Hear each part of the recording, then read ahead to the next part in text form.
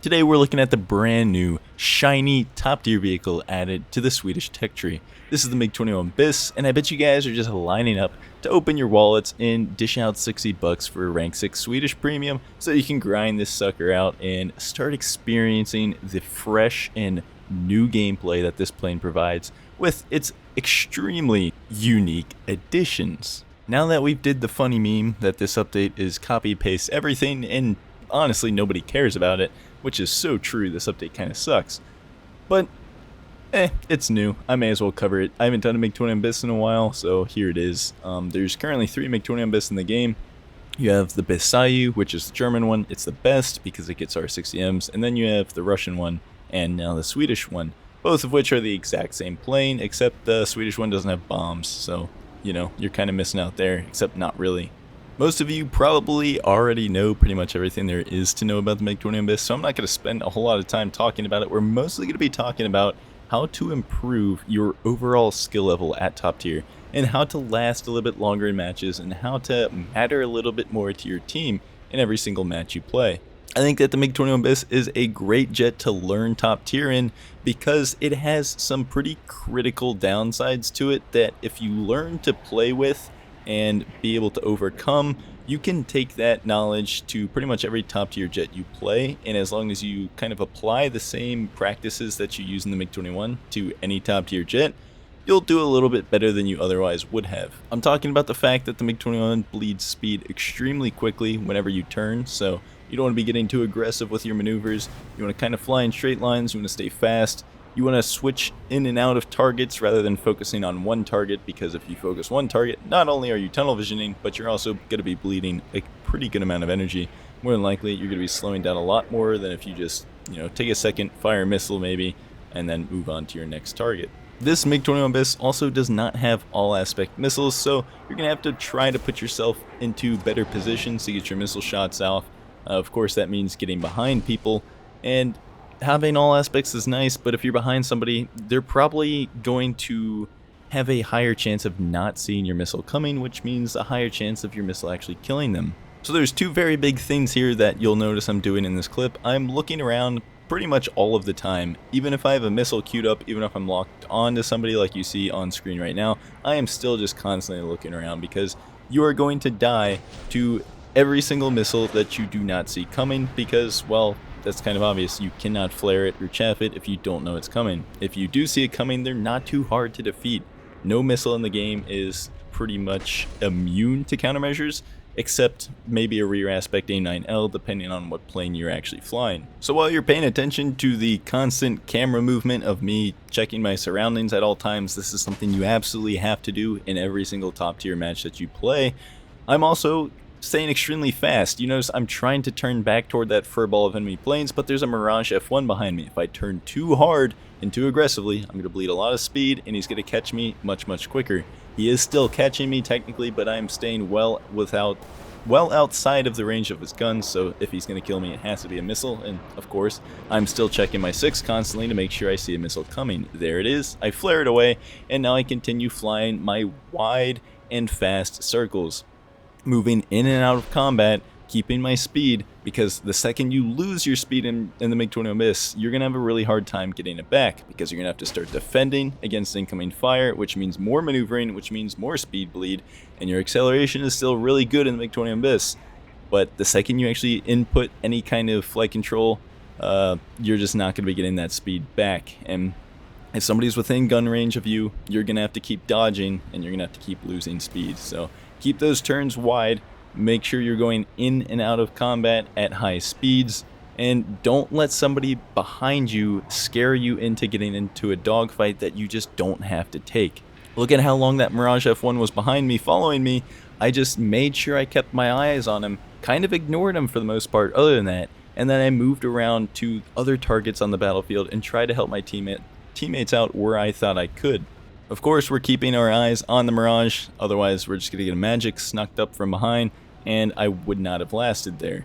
But again, I just want to harp on the fact that just because somebody's behind you doesn't necessarily mean that you automatically have to stop whatever you're doing, stop contributing to your team, and just start trying to defend yourself from whoever is behind you. Let your teammates do that. If you help your teammates out, they will help you out. And as long as you can keep enough distance to stay safe from whatever's behind you, and just keep checking your 6, use your countermeasures when you need to, you will be fine. This of course comes with the caveat that you have to know what kind of plane you're fighting and what plane you're in. Obviously, if there's a plane that's approaching your 6 at very high speeds compared to what that Mirage F1 was doing, yeah, you're going to have to deal with it. If he's getting within weapon range, you're going to have to deal with it. But in that specific scenario, I did not have to, and I just kind of ignored him, flew away, shot some missiles at some of his teammates, and tried to save mine. Now, unfortunately, at this point in the match, I have run out of teammates, though, and I am facing 3 or 4 enemies, all of which, besides this F5C, are back at their airfield. And right now, I just want to kill the F5C before he gets back to base. He's going back to base for a reason, and I know that I have some kind of advantage over him right now. The F5C is an extremely dangerous plane to be fighting in the MiG-21. I don't want to get into a fair 1 versus 1 because if he's smart, he's going to win that. Unfortunately, he is proving that he is pretty competent because he at least knows how to stay out of my guns. And the GSH-23 is a very low velocity cannon. It's a little bit difficult to aim, and if there's an F5C, for example, that actually knows how to offensive fly, I'm just not going to be hitting this guy. I would say skill issue, and I guess I am a little rusty with the GSH-23, but there's just not any scenario in which I would hit that guy unless somehow I had magically gotten lucky enough to 100% predict his flight path, and he had done a pretty good job at making himself unpredictable there. So he's going to live. I end up going back to base. I rearm, I repair, I take off, and then the game ends within about 30 seconds after that due to tickets. So we never really did get to finish that 1 versus 4, but they get the win in the end, and I'm coping. So let's take a second and think about the MiG-21bis here. I have absolutely no radar missiles. I don't even really have a good radar for that matter, and I don't have anything all aspect here. I'm going to try to get behind the enemy team so that way I can kind of sneak up on people. This is a tactic that you can use in pretty much any top tier jet. The problem is if everybody is doing this, then you're not going to be doing anything by just following your entire team. And what I mean by that is if you're the only one that's going kind of in a direction behind the enemy team and looping around, you might see some success. If every one of your teammates has the same idea in mind and you're all kind of flying in the same direction and doing the same thing of trying to get behind them, then you're not going to really be doing anything. They're definitely going to notice you. So this is kind of a risky play because it requires you to be by yourself, but if they don't notice you, which I successfully managed to do here, then you kind of just get free range at all of the enemy team. There is an F5A behind me, but I noticed this missile. Again, you always have to be looking around, even if I see a nice, juicy furball of enemy players like I did in front of me. You just never know, and that's a perfect example. The F5 was there. It would have been easy for me to tunnel vision in and not see him, but if we're just constantly looking around, we can see his missile, we can flare it, then we get a free shot onto an F5E. We take him out of the match, he just never knew we were there. But now I have a J7E behind me, so I'm just gonna stay fast. I know I have a lot of speed on him right now, and I'm going to fly, again, in and out of that combat zone while holding a kind of wide loop where I can and making sure I keep that speed. If I just hold S right now, I dump all of my speed. That's what the MiG-21 does. If you turn as hard as you can, you're gonna be going from Mach 1 to about 600 kilometers an hour in the span of about 2 seconds. So if you can help it, you want to make wide turns and stay fast. The J7 unfortunately flares my missile. There was a very slow MiG-21 that also flares my missile, and they are really slow, so I'm going to take this vertical because if they try to follow me, they're just going to end up stalling out. We're going to go back to a head-on. The J7 kind of did a head-on, I guess. I don't know, maybe it was late to the draw, but anytime I can do a head-on with a superior plane, I'm going to take it. Because that J7 got his energy back. If he wanted to take me into a 1 versus 1 dogfight, there would be nothing I'd be able to do about that. So if I get the chance to get a free shot in a head-on like that and still be mostly safe, which I was able to evade right there, I'm going to take that. Again, that's just a matter of knowing your plane versus the enemy plane. I know that he is a lot better than I am, and it is a very scary fight to go up against the J7 in pretty much anything at top tier, so the second you get some kind of opportunity to eliminate it, you should definitely be taking it. Last kill of this match is just a Kfir C2 who's trying to return to base. I assume he's pretty low on fuel. I'm climbing up to almost 5,000 meters, but he's not quite at the runway yet, so I'm not worried about it. If you guys don't know, If you climb over 4,500 meters directly over the enemy airfield, the SAMs will not shoot at you. If you want more on this, I have a video. I will post the card in the top right there. You can click on that. Basically, you'll never die to airfield SAMs again in top tier. But this Sphere C2 is kind of stalled out right below us. We shoot an R60. He's just not going to be evading that. He's got a very limited amount of countermeasures, but not only that, we came from directly above him. He never saw us, and that's basically just a free kill. I thought I'd include that in just so I can plug my airfield camping video or whatever. How to defeat SAM, something like that. You can go click on that, because there's still a lot of people that don't know how easy it is to actually airfield strafe in top tier and keep people from camping their base. Lower tier, where they have the AAA for their airfield, there's nothing you can do about that. They can camp that all day long, but the roll-ins are pretty easy to fool. Now, typically you've seen me staying pretty low altitude in the MiG-21 because, again, I don't have any kind of radar weaponry. Climbing is pretty useless. I'm just going to end up dodging all of the incoming SARs and diving right for the deck, so there's just no point in starting that anyways. But in this game, I decided I'm going to full down tier. There's probably not going to be a whole lot of SARs being on the enemy team, and for the most part, I was right, and I'm able to score a somewhat free kill on the, I think it was the T2 there, and he has no countermeasures. There's nothing he's going to do about that. But now you can see that I have a MiG-23 chasing me. What do I do in this situation? Well, I see that I have an F5 chasing him, so I know if I take another wide loop, once again trying to conserve that speed, not just pulling as hard as I can immediately, he's either going to be giving himself a gunshot, or the F5 is going to get a gunshot on him, excuse me, or he's just going to keep chasing me and I'm going to put more distance between us because I made that turn quicker. Either way, I don't have to worry about him. I just have to worry about incoming missiles. So I'm going to once again re-engage the fur bullets in front of me, but every once in a while I check back at the MiG-23. The MiG-23 I noticed had pulled off to deal with the F5, so I stopped looking at him. He's not an issue anymore. Try to get a gunshot on the ASA, completely off. But that's pretty hard to predict when he's going that fast, and you have such low muzzle velocity. There's nothing I can really do there.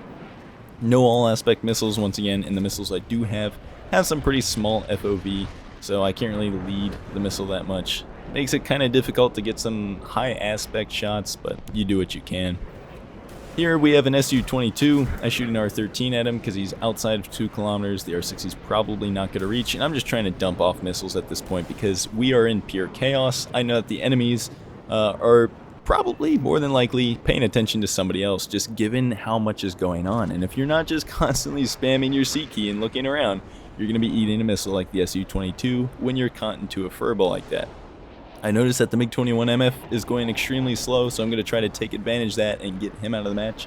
He's presenting himself as an easy target here, and while the J7 is a stronger plane and he is more scary to kind of worry about and ultimately going to have to deal with, when you have a free kill present itself and you have an opportunity to take advantage of that without actually sacrificing too much energy or position of your own, then it's still definitely worth it to take it. I don't know why this J7's carrying rockets, but good on him, I guess. I don't know what's up with that. He goes for me for a little bit, then he pulls off. He has to deal with a teammate. Now he's extremely slow. There's nothing he's going to be doing at this point. I have his 6 o'clock, and he is in the superior aircraft, but all I have to do now is make sure I stay behind him. And considering I'm a MiG-21 and I can dump speed at will, that's not going to be too hard to do.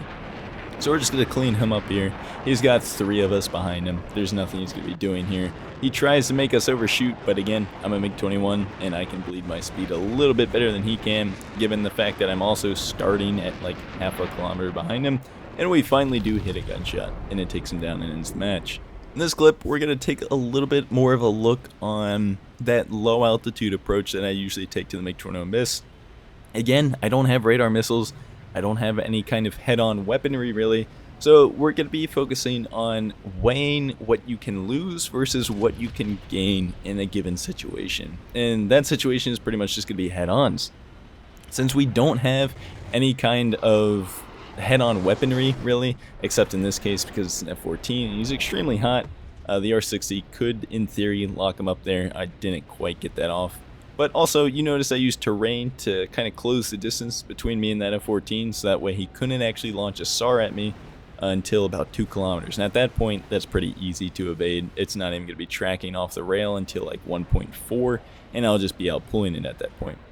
So that's the one exception for the match, and I hope that explanation kind of clears it up. But Now we're about to run into 3 or 4 enemy players, all of which have some kind of head-on weaponry, and I do not. So let's think about what we have to lose here if we take the head-on. Well, pretty much everything. We're gonna die and we're gonna have to be sent to the hangar. And what do I have to gain? Literally nothing. Again, I don't have any kind of head-on weaponry, so why even take the head-on? Yeah, I might get a gunshot in there, but the risk is just too high. I'm much better off just avoiding it, taking that 90-degree perpendicular path toward their radar, popping some chaff, doing some afterburner cutting and some flare dropping, whatever I need to do to defeat those incoming missiles, and just make sure I live to fight the rest of the match.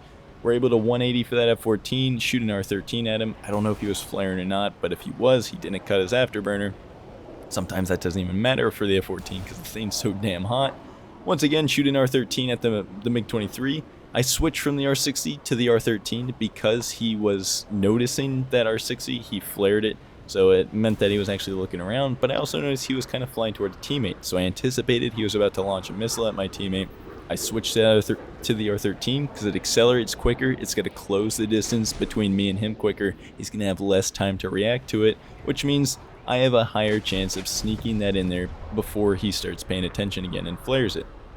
Now we have an MLD behind us, and this is an issue. I'm running low on countermeasures, I have an F4J behind me, I have an MLD behind me, so I'm just going to keep flaring away this MLD's missiles, but we have to keep our head up, and the reason why you want to keep your head up is so that you can actually impact the game and help your teammates out. I do have 2 people on my tail right now, but since I'm still looking around, I'm staying aware of what's going on around me, I'm also able to be aggressive and offensive while defending from 2 enemy players.